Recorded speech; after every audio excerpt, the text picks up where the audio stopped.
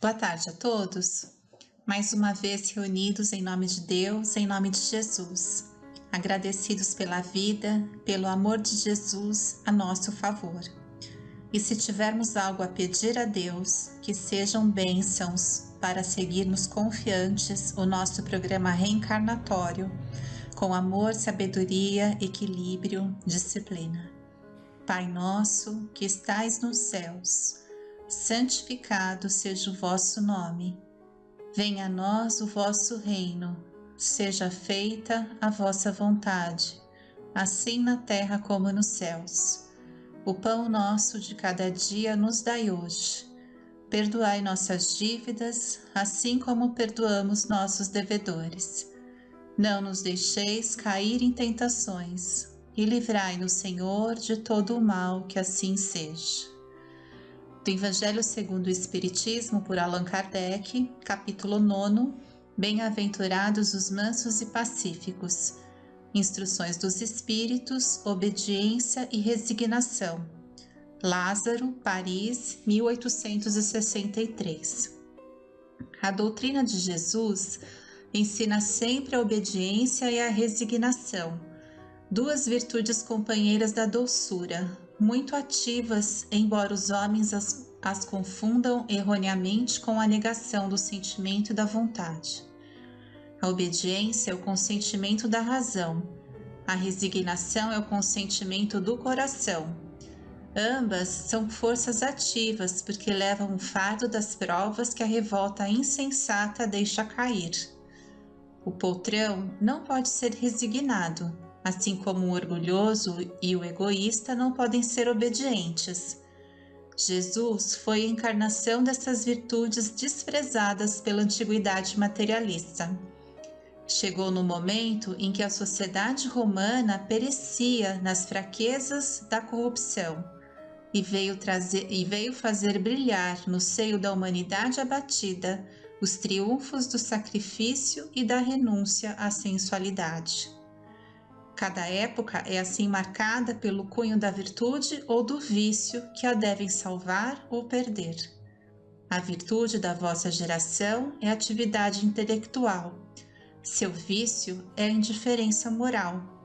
Digo somente atividade porque o gênio se eleva de súbito e descobre, de relance, os horizontes que a multidão só verá depois dele, enquanto a atividade é a reunião dos esforços de todos para atingir um alvo menos brilhante, mas que prova a elevação intelectual de uma época.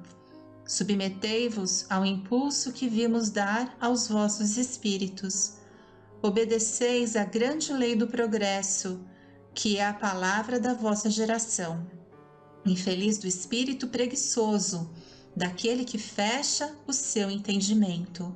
Infeliz, porque nós, que somos os guias da humanidade em marcha, o chicotearemos e forçaremos a sua vontade rebelde, com o duplo esforço do freio e da espora. Toda resistência orgulhosa deverá ceder, cedo ou tarde. Mas bem-aventurados os que são mansos, porque darão ouvidos dóceis aos ensinamentos. A doutrina espírita esclarece o quanto somos vinculados uns dos outros, principalmente no grupo familiar e social em que estamos inseridos. Esclarece-nos dos compromissos assumidos por nós mesmos, atrelados às nossas intenções pueris, concretizadas e regressas, nosso comprometimento com o passado e a oportunidade bendita da reparação quando da reencarnação.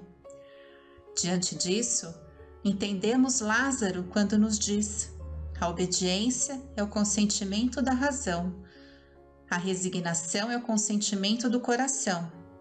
Convida-nos a obedecermos, a aceitarmos as determinações do plano reencarnatório, em concordância com a espiritualidade maior, confiantes do que seja melhor para nós mesmos e assim resignados, sem revoltas, de modo a vencermos nossas tendências viciosas.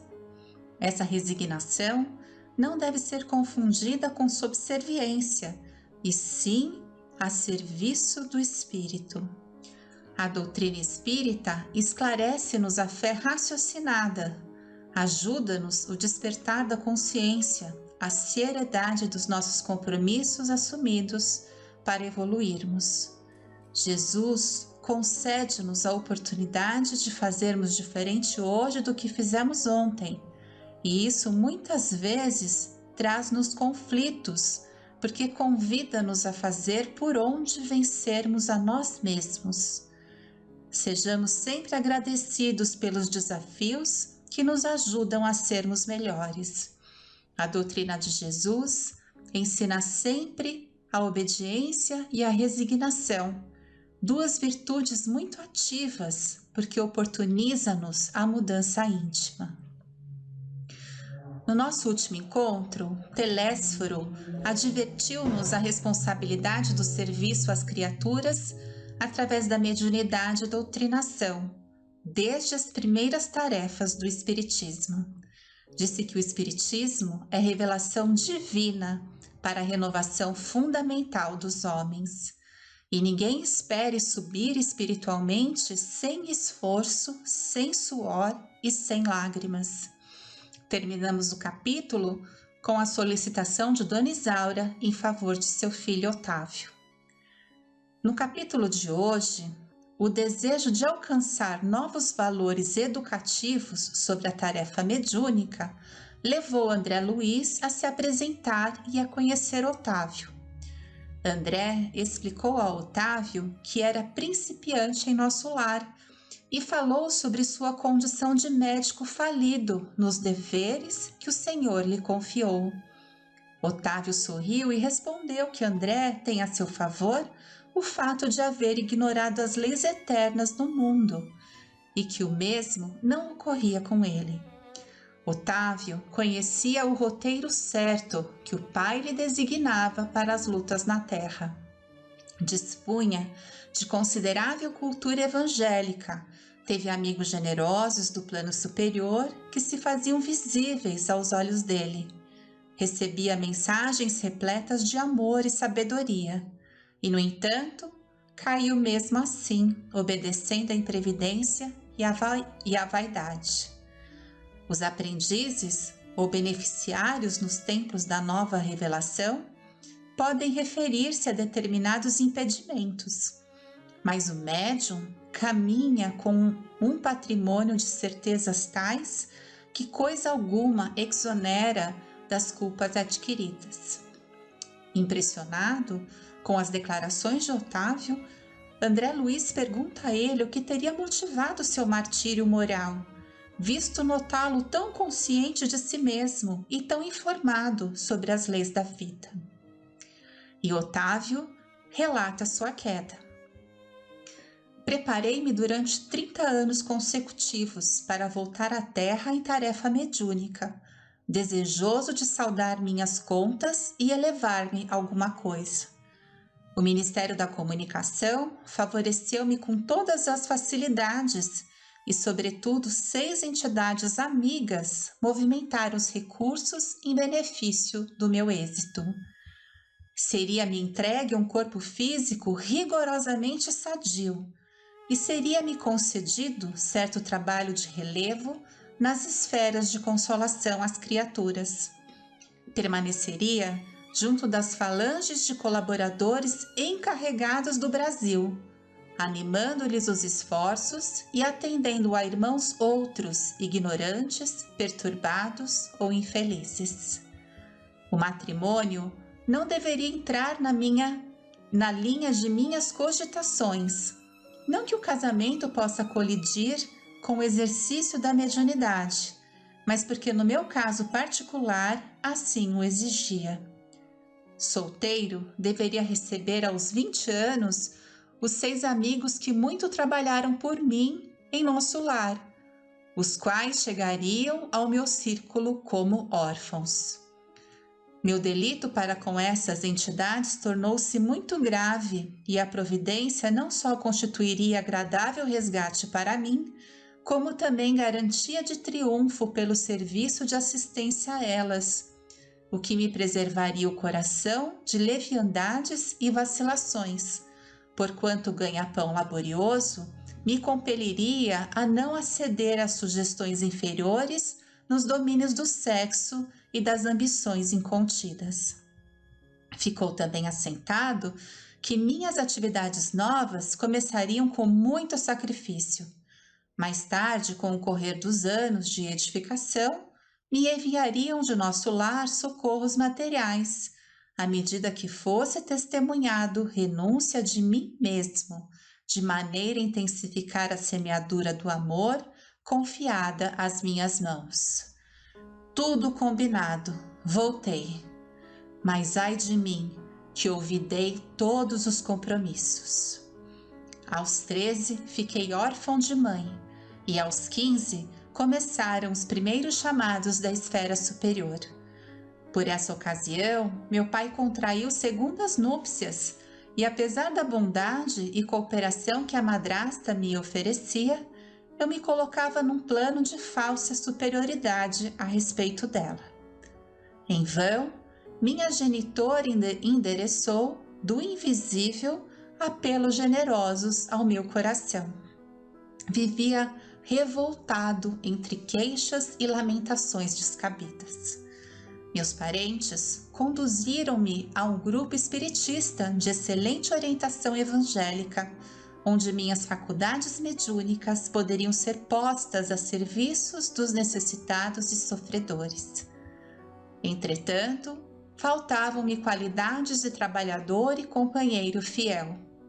Minha negação aos orientadores espirituais que me estimularam o serviço e a acentuada inclinação para a crítica dos atos alheios compeliam-me a desagradável estacionamento. E como prosseguissem os apelos sagrados por mim interpretados como alucinações, procurei um médico que me aconselhou experiências sexuais. Aos 19 anos, estava entregue ao abuso de faculdades sublimes.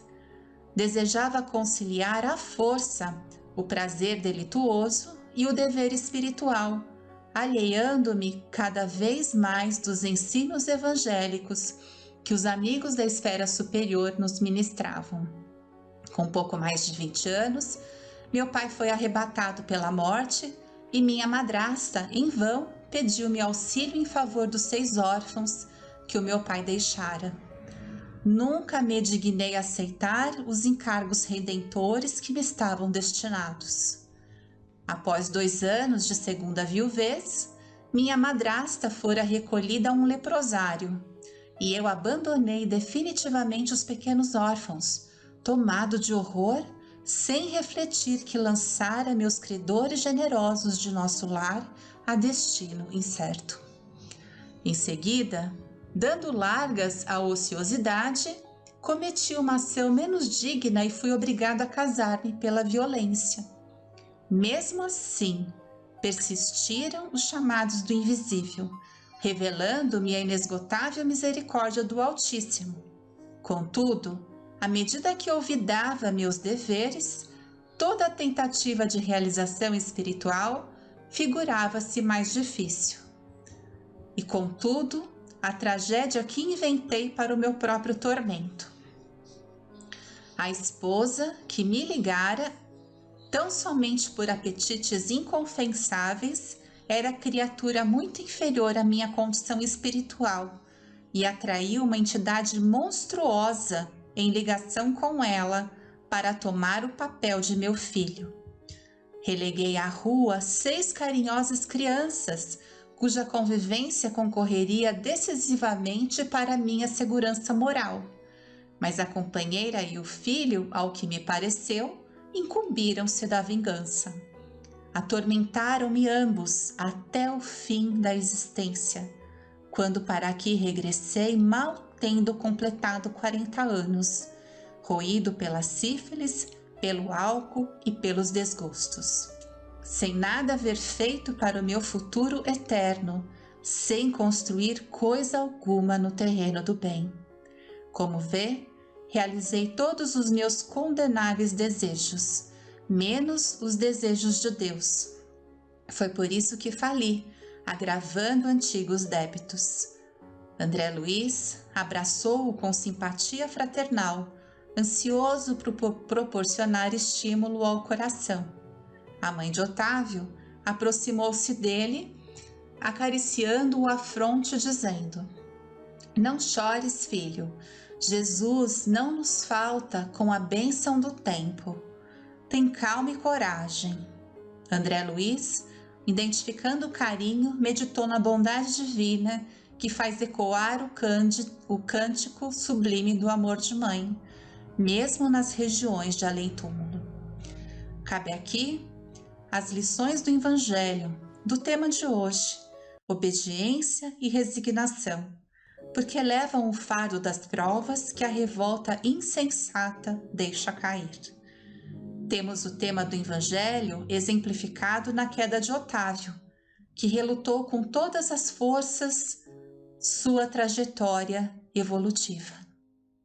Peçamos forças a Deus para não desviarmos do projeto reencarnatório, para não nos deixarmos vendar pelas ilusões, pelas revoltas, pelos conflitos existenciais que estão ardendo em nós. Busquemos a chama viva que aquece a alma e ilumina nosso caminho, e não a fogueira que incendeia os desígnios mais sagrados que nos são redentores. E sejamos agradecidos a esses espíritos que compartilham conosco suas experiências de dor para nos ajudar a refletir e nos esforçarmos por sermos melhores. Que Jesus nos abençoe. Até o próximo encontro.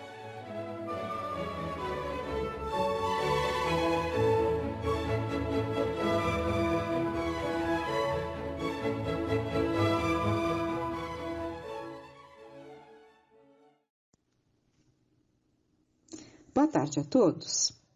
Vamos ver nessa tarde um texto que nos trará profundas reflexões em torno da lei de causa e efeito. Vamos ver no livro Instruções Psicofônicas que Arnaldo Rocha, organizador deste livro, colocou uma comunicação que veio através do médium Chico Xavier, né? Então, seria ali através da psicofonia de Chico Xavier, em que um espírito se manifesta por nome Jorge. E ele havia se apresentado já um ano atrás, totalmente enlouquecido. Porque além de homicida, direta e indiretamente, ele tinha também sido suicida. E nesta noite de 9 de julho de 54, ele se apresenta novamente, mas já esperançoso, nos dando um profundo ensinamento sobre a lei de causa e efeito. Então vamos ao texto. Quem agradece com sinceridade traz aos benfeitores aquilo de melhor que possui. Sou pobre vítima do crime do suicídio que vem depositar em vossas preces uma singela flor de gratidão. No entanto, para comentar o favor recebido, peço permissão para que minhas lembranças recuem no tempo. Corri o ano de 1917 e sentia-me um homem feliz entre os mais felizes. Era moço, otimista e robusto. Avizinhava-me dos 30 anos e sonhava a organização de meu próprio santuário doméstico. Anita era minha noiva. Aqueles que amaram profundamente, guardando inalteráveis no peito a primavera das primeiras aspirações, poderão compreender a floração de esperança que brilhava em minha alma. A escolhida de minha mocidade encarnava para mim o ideal da perfeita mulher. Preparávamos o futuro quando um primo de nome Cláudio veio viver em nossa casa no Rio à caça de estabilidade profissional para a juventude, necessitada de maiores experiências. Acolhido carinhosamente por meus pais e por mim, e mais moço que eu próprio, passou a ser meu companheiro e meu irmão. O infortúnio, porém, como que me espreitava de perto, porque Cláudia e Anita, ao primeiro contato, pareceram-me transfundidos na aventura de velho conhecimento. Pouco a pouco reconheci que a criatura querida me escapava dos braços e, mais que isso, notei que o amigo se erguia em meu adversário, porque blasonava de minha perda, ironizando minha inferioridade física. No decurso de alguns meses, por mais tentasse distanciá-los discretamente, Cláudia e Anita estreitavam os laços da intimidade afetiva, até que fui apeado do meu projeto risonho. Tudo quanto a terra e a vida me ofereciam de melhor. Instado para entendimento pela antiga noiva, dela recolhi observações inesperadas. Nosso compromisso era apenas ilusão. Andara mal inspirada. Eu não representava para ela, em verdade, o tipo ideal do companheiro. Não seríamos felizes. Melhor desfazer a aliança amorosa enquanto o tempo nos favorecia a visão justa. Senti-me desfalecer. Preferi a morte à renúncia. Entretanto, era preciso sufocar o brio humilhado, asfixiar o coração e viver.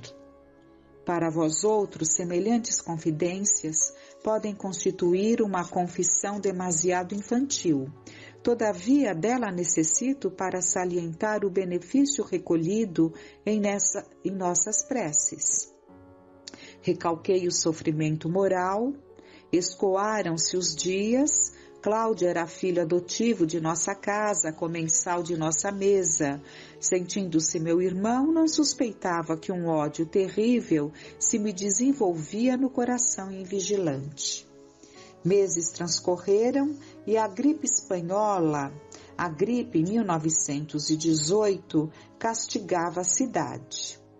Estendera-se a epidemia e Cláudio não lhe resistiu ao assalto. Caiu sob invencível abatimento. Fui-lhe o enfermeiro desvelado, no entanto, mal podia suportar o devotamento de que o vi objeto por parte da mulher que eu amava. Não compreendia porque se confiara a ela tamanha versatilidade, e observando-a firme e abnegada em torno do rapaz, entreguei-me gradativamente à ideia do crime. Numa noite de febre alta em que o doente reclamava maiores demonstrações de paciência e carinho, e em que Anita, fatigada, obtivera, enfim, alguns momentos de sono, eliminei todas as dúvidas. À guisa de remédio, administrei ao enfermo o veneno que o afastaria para sempre de nós. Na manhã imediata, um cadáver representava a resposta de meu despeito às esperanças da mulher que me preterira. A morte, contudo, não conseguiu desuni-los, porque Anita, embora afagada por mim, fez-se arredia e desconfiada. Parecia procurar em meus olhos a sombra do remorso que passara a flagelar-me o coração. E apática, desalentada, renunciando ao porvir, rendeu-se à depressão orgânica que aos poucos lhe abriu caminho para o sepulcro. Revelava-se contente por entregar ao polvo invisível da tuberculose a taça do próprio corpo. Quando me vi sozinho, sem os dois, mergulhei no desânimo e no arrependimento, e entre a silenciosa interrogação de meus pais e a tortura interior que passou a possuir-me, escutava-lhes a voz desafiando-me em cada canto: Jorge, Jorge, que fizeste de nós? Jorge, Jorge, pagarás, pagarás. Os dois fantasmas, inexoráveis, impeliam-me à morte. Inútil tentar resistência. Percebia-os em toda parte, fosse em casa, na via pública ou dentro de mim. E o desejo de minha própria exterminação começou a empolgar-me. Em dado instante, resolvi não mais me opor à tentação. Meus pais eram bons, carinhosos e devotados. Não lhes podia dar o espetáculo de um suicídio aberto. Na manhã fatídica, porém, notifiquei a minha mãe que faria a limpeza na arma de um amigo. Ela pediu-me cuidado. Contemplei-a enternecidamente pela última vez. Aqueles cabelos brancos rogavam-me que eu vivesse. Fixei a mesa de escritório em que meu pai, ausente, costumava trabalhar, e a figura dele visitou minha imaginação, induzindo-me à calma e ao respeito à vida. Hesitei. Não seria mais justo continuar sofrendo no mundo para com mais segurança reparar meus erros? Entretanto, as acusações em voz inarticulada martelavam-me o cérebro. Jorge covarde, que fizeste de nós? Decidi-me sem detença. Demandei o quarto de dormir e, com o revólver emprestado, espatifei meu crânio. Desde então, suspirei por morar no inferno de fogo terrestre, que seria benigno comparado ao tormento que passei a experimentar. Creio hoje que as grandes culpas nos transformam o espírito numa esfera impermeável, em cujo bojo de trevas sofremos irremediável soledade, punidos por nossa própria desesperação. Tenho a ideia de que todos os padecimentos se congregavam em mim. Desejava ver, possuía olhos e não via. Propunha-me ouvir qualquer voz familiar, identificava meus ouvidos e não ouvia. Queria movimentar as mãos e, sentindo-as embora, não conseguia acioná-las. Meus pés possuía-os intactos, entretanto não podia movê-los. Achava-me na condição de mutilados que prosseguem assinalando a presença dos membros que a cirurgia lhes arrancou. Comigo uma vida nova de fome, sede, amargura e remorso passou a desdobrar-se. O estampido não tinha fim, sempre a bala aniquilando-me a cabeça. Depois de largo tempo, cuja duração não me é possível precisar, notei que vozes sinistras imprecavam contra mim. Pareciam nascer de furnas sombrias situadas em minha alma. E sempre envolto na sombra sibilante, senti um fogo diferente daquele que conhecemos na terra.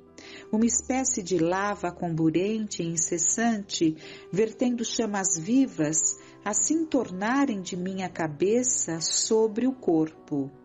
Debalde acariciava o anseio de dormir. Torturava-me a fome, sem que eu pudesse alimentar-me. Algumas vezes pressentia que nuvens do céu se transformavam em temporal. Guardava a impressão de arrastar-me dificilmente sobre o pó, tentando recolher algumas gotas de chuva que me pudessem dessedentar. Mas, como se eu estivesse vivendo num cárcere inteiriço, sabia que a chuva rumorejava por fora sem que eu lograsse uma gota sequer do precioso líquido.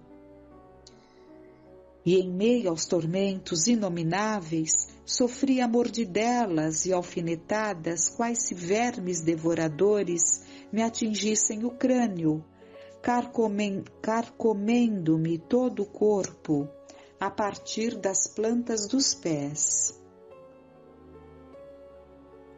Em muitas ocasiões, monstros horripilantes descerravam-me as pálpebras que eu não conseguia reerguer, e como se me falassem através de pavorosas janelas, gritavam sarcasmos e palavrões, deixando-me mais desesperado e abatido. Sempre aquela sensação da cabeça a esmigalhar-se,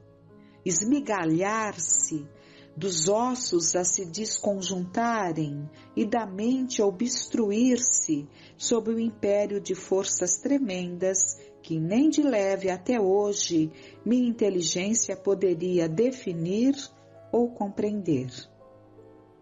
De nada me valiam lágrimas, petitórios, lamentação. Ansiava pela felicidade de tocar algum móvel de substância material. Clamava pela bênção de poder transformar as minhas mãos numa concha simples, a fim de recolher algo do pó terrestre e localizar-me por fim.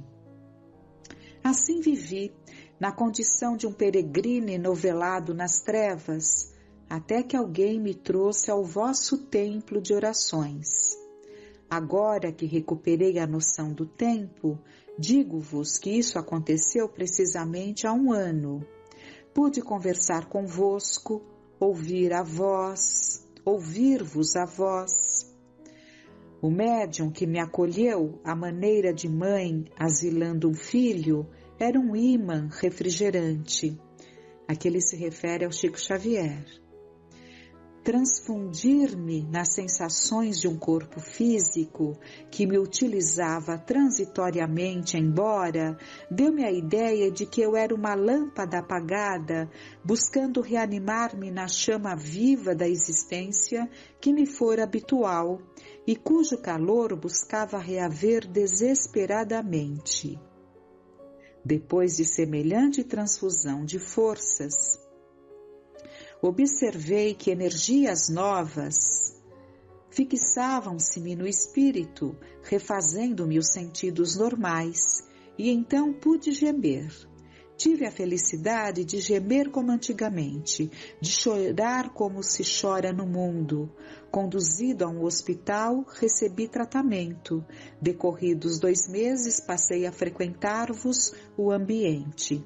Então, nós vemos aqui a importância do choque anímico que se dá no momento do transe mediúnico da incorporação, os benefícios que ele pôde receber por este ato. Aprendi a encontrar o socorro da oração e, mais consciente de mim, indaguei por Cláudio e Anita. Obtive a permissão de revê-los. Ó prodígio! Reencontrei-os enlaçados num lar feliz, tão jovens quanto antes, recém-casados, desfrutavam a aventura merecida. Marido e mulher haviam reconstituído a união que eu furtara. Aproximei-me deles com imensa emoção. A noite avançava plena.